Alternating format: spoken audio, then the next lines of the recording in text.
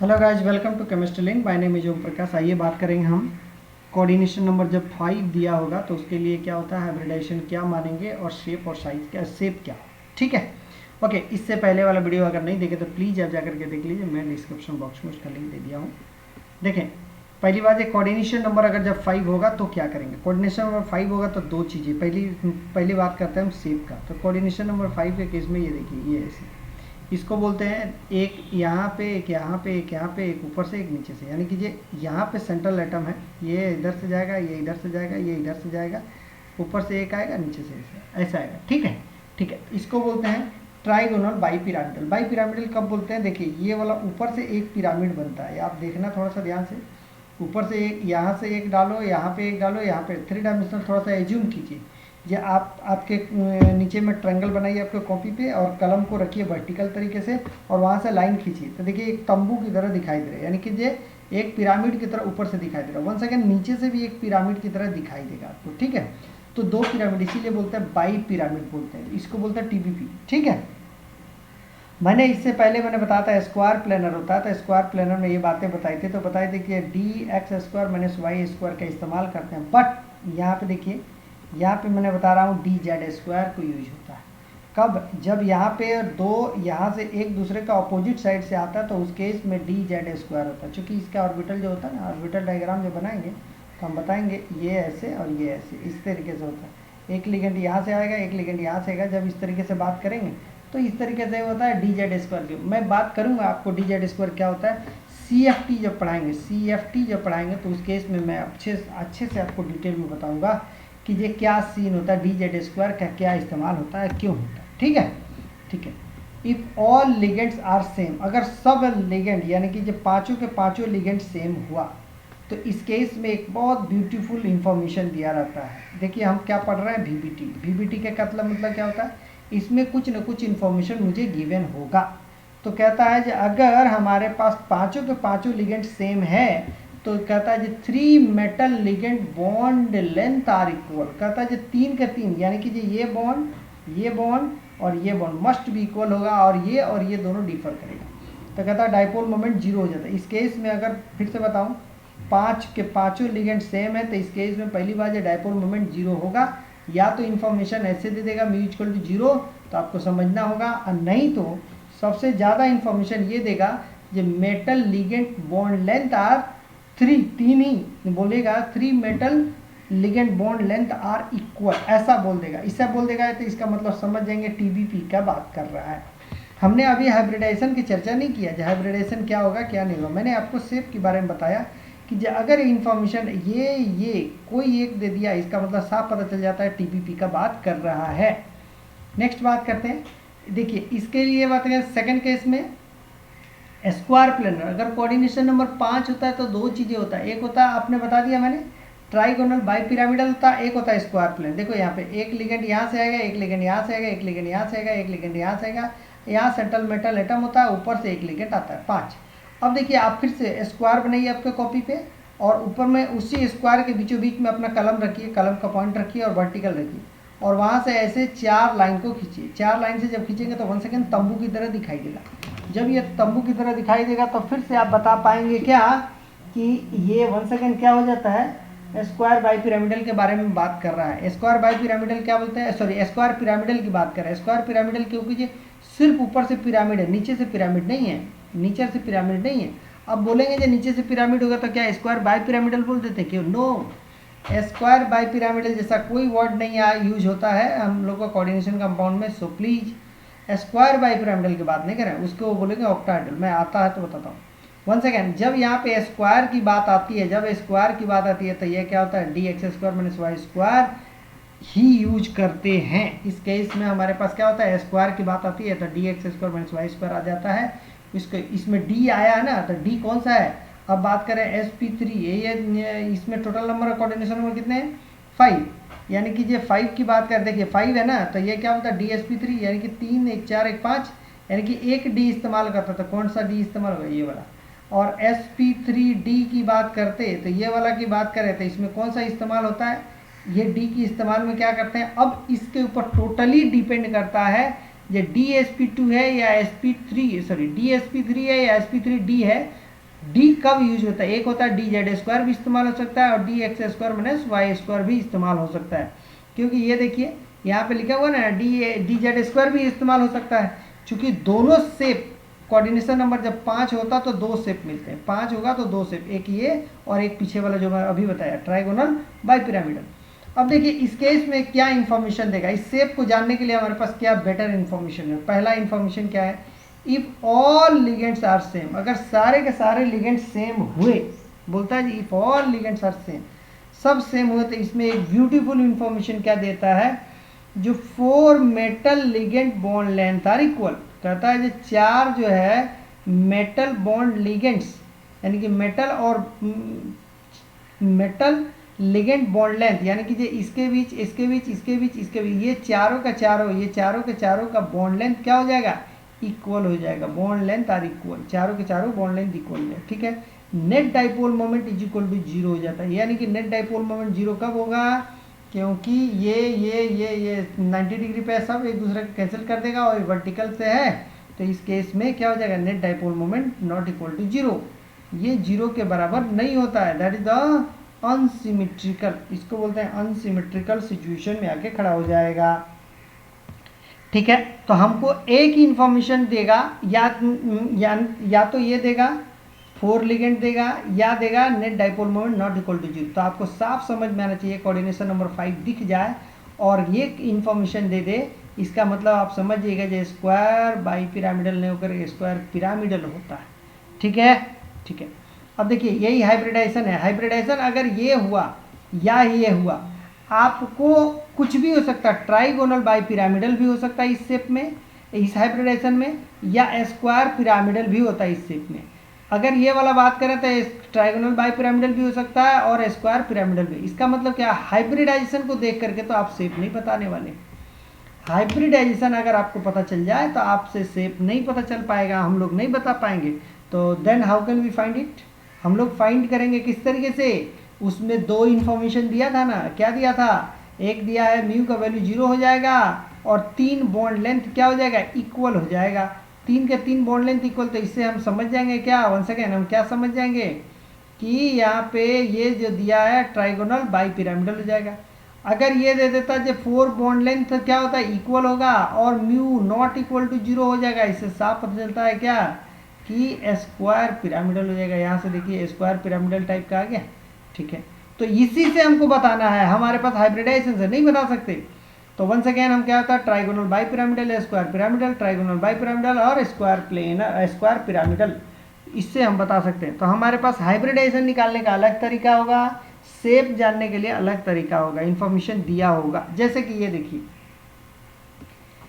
Cobalt CO5 है तो ये 0 है, न्यूट्रल लिगेंड है, तो ये वन सेकेंड 0 हो जाएगा क्योंकि जो कोई चार्ज नहीं है। लिख दिया diamagnetic means what, unpaired electron, यानी कि n का वैल्यू 0।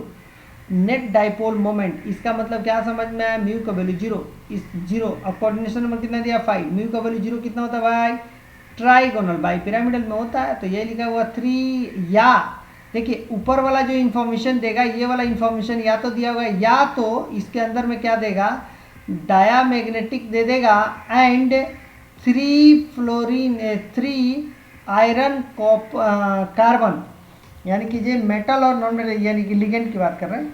ये सी क्यों लिखा मैंने, क्योंकि ये CO से कोबाल्ट जो होता है ना, CO से ये कार्बन डोनेट करता है, तो ये क्या करते हैं FeCO bond length are equal, हाँ ना, ये इक्वल हो जाएगा। तो इसके लिए शेप क्या हो जाएगा, शेप वन सेकेंड यह देख लीजिएगा, ट्राइगोनल बाई पिरामिडल। मैं फिर से बताऊँ, ये ऐसे ये ऐसे ऐसे, यानी कि ट्राइगोनल बाई पिरामिडल वाला शेप दिखा देगा, ठीक है। तो ये वाला सिचुएशन मिल जाएगा। वन सेकेंड Fe यहाँ पे लिख दिया, देखिए क्या आता है Fe कौन सा स्टेट में, 0 ऑक्सीडेशन स्टेट में, 0 ऑक्सीडेशन स्टेट में। तो इसके लिए क्या बोलेंगे, 3d6 4s2 4p0 and 4d0। हमने क्या लिखा 3d6 में, यहाँ पे तो ये सिचुएशन है, ये इलेक्ट्रॉन को बाहर जाने देगा क्या, नहीं, इसके ऊपर कोई चार्ज नहीं है तो नहीं होगा। अब ये s तो खाली करना है, चूंकि sp3d हो जाए या dsp3 हो जाए कोई दिक्कत नहीं, जो भी होगा s को तो खाली करना ही पड़ेगा। यहाँ देखिए सर्कल लेंगे, s को खाली करना पड़ेगा, इसका मतलब ये मस्ट भी शिफ्ट कराना पड़ेगा मुझे। जैसे ही ये शिफ्ट कराएंगे तो ये डायामैग्नेटिक दिखा रहा है। ऐसे भी आप जब बनाएंगे तो इसमें अनपेड इलेक्ट्रॉन दिखाई देगा, और ये बोलता है डायामैग्नेटिक है यानी कि अनपेड इलेक्ट्रॉन नहीं है। जब नहीं है तो इसको शिफ्ट कराएंगे तो क्या हो जाएगा, 8 में हो जाएगा। यहाँ पे देखो 1 सेकेंड, ये शिफ्ट कराएंगे तो 8 हो जाएगा। अब ये 8 को फिर से बना दे, यहाँ पे एस को आपने खाली किया, फिर से ये बना, और अभी भी अनपेड इलेक्ट्रॉन है, फिर से यहाँ पे शिफ्ट कराओ तो ये और खाली हो जाएगा। तो ये यहाँ पे लेकर के यहाँ से हो जाएगा क्या, DsP3 हो जाएगा। ठीक है, यहाँ पे राइट नाउ अनपेड इलेक्ट्रॉन है, पैरामैग्नेटिक है, लेकिन अब ये क्या हो गया, इट्स ए डायामैग्नेटिक हो गया। और यहाँ पे क्या होगा, एन का वैल्यू क्या होगा, unpaired electron will be 0। Yes sir, no, yes. एक क्वेश्चन और देखें, निकेल के बारे में बात करते हैं, साइनाइड की बात कर रहे हैं। तो फिर से ये यहाँ पे कार्बन देगा, तो ये लिखा है डायामैग्नेटिक। ये डायामैग्नेटिक का मतलब क्या है, एन का value unpaired electron 0, 4 metal ligand लिखा हुआ, 4 लिखा ना, इसका मतलब क्या, साफ पता चलता है जो स्क्वायर प्लेनर होगा, स्क्वायर पिरामिडल होगा। ऐसे ही बात किया, क्यों पिरामिडल होगा, क्योंकि ये कोऑर्डिनेशन नंबर 5 है ना, तो हम दो ही चीज़ें जानते हैं, trigonal bi pyramidal, square pyramidal. तो यहाँ 4 मेटल लिगेंड अगर सेम है तो इसका मतलब स्क्वायर पिरामिडल होगा। शेप तो पहले बता दिया, ये इन्फॉर्मेशन गिवन है। तो diamagnetic and 4 metal ligand bond length are equal ऐसे दे दिया, तो इसका मतलब ये चारों सेम है, और इस तरीके से ऐसे आएगा, ऐसे।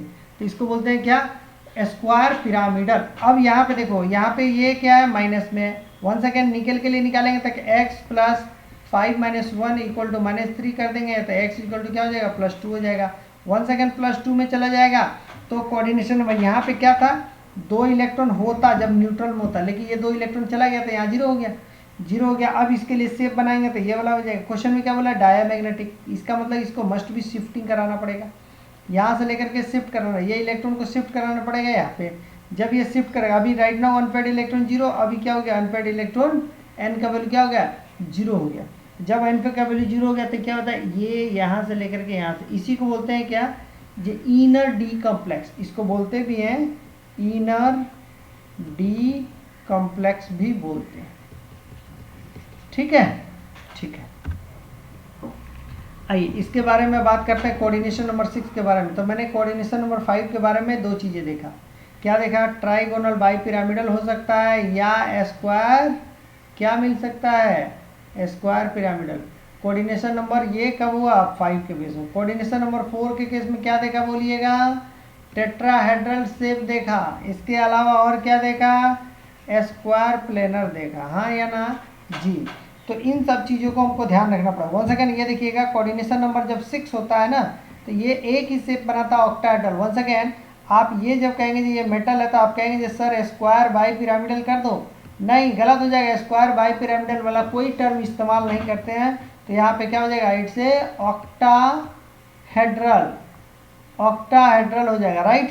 तो ये वाला सिचुएशन मिलेगा। अब ऑक्टाहेड्रल का कितने कॉन्फ़िगरेशन, 2 sp3d2 या d2sp3। 1 सेकेंड, इसी को बोलता है आउटर डी कॉम्प्लेक्स, क्योंकि ये बाहर वाला डी यानी कि आगे वाला, ये देखिए यहाँ पे अगर इस ये वाला ये s है, ये p है, ये d है, दी जाता। अगर बाहर वाला d को इस्तेमाल करें तो इसको बोलते हैं आउटर d। अगर ये वाला d सपोज दैट किसी भी कारण बस ये शिफ्ट करा देता, ये शिफ्ट करा देता, अगर ये वाला d इस्तेमाल होता तो हम कहते हैं these are called inner D orbital. इसी को बोलते हैं आउटर डी वाले बोले तो आगे वाला डी का इस्तेमाल, इनर डी मतलब अंदर का डी, तो इसीलिए इसे पहले लिख देते हैं। तो ये होता है हाई। देखिए जब ये आउटर वाला है, इसका मतलब क्या, मस्ट भी अगर ये वाला इस्तेमाल करें, इसका मतलब पेयरिंग का कोई चांस ही नहीं है। और जब चांस नहीं है, इसका मतलब ज़्यादा से ज़्यादा सिंगल डायरेक्शन में होगा। तो इसीलिए बोलते हैं क्या, हाई स्पिन कॉम्प्लेक्स। इसको बोलते हैं क्या, लो स्पिन। क्यों, क्योंकि जी इसमें शिफ्टिंग कराना पॉसिबिलिटी है, ये लो स्पिन, तभी तो ये इनर वाला डी खाली होगा, और डी खाली होगा तो शिफ्टिंग कराना पड़ेगा, यानी पेयरिंग बनाना पड़ेगा। तो जब पेयरिंग हो जाता है तो इस तरीके से होगा, तो इसके लिए नेट वैल्यू क्या हो जाता है, 0, क्योंकि ये एक ऊपर एक नीचे, यानी कि -1/2 +1/2 and that is equal to net value कितना है, 0। तो इसी तरीके से बोलता है क्या कि ये इसको बोलते हैं इनर स्पिन कॉम्प्लेक्स बोलते हैं। ठीक है, आइए इसके बाद से FeCl6-4 में दिया हुआ, तो ये इन्फॉर्मेशन आपको दिया हुआ। अनपेड इलेक्ट्रॉन कितना है, 4 अनपेड इलेक्ट्रॉन लिखा, 4 अनपेड इलेक्ट्रॉन, या तो ये दे देगा नहीं तो म्यू का वैल्यू दे देगा। आप इसको भी निकाल के देख लो, 4 पॉइंट समथिंग आ जाएगा, यानी कि जो पॉइंट से पहले वाला जो वैल्यू आ रहा है वही अनपेड इलेक्ट्रॉन को डोनेट करता है। तो आपको ये पता चलेगा गिवन इन क्वेश्चन, पहले ही क्वेश्चन में दिया रहेगा।